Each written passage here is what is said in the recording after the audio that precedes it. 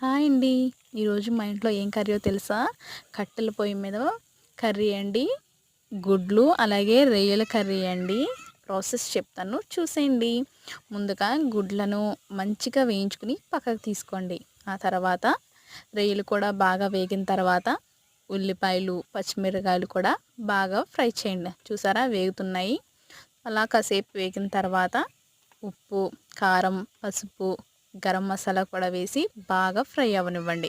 అవి ఫ్రై అయిన తర్వాత గుడ్లు కూడా వేసి వాటర్ వేసి మంచిగా కలుపుకొని 5 నిమిషాలు ఉడికిన తర్వాత దింపుకొని తింటే గుమగుమలాడే గుడ్లు రొయ్యల కర్రీ అయితే రెడీ అయిపోతుందండి. చూడండి. సో ది హాయ్ అండి.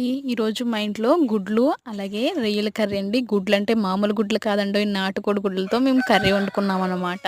సో ప్రాసెస్ చెప్తాను చూసేయండి. ముందుగా గుడ్లు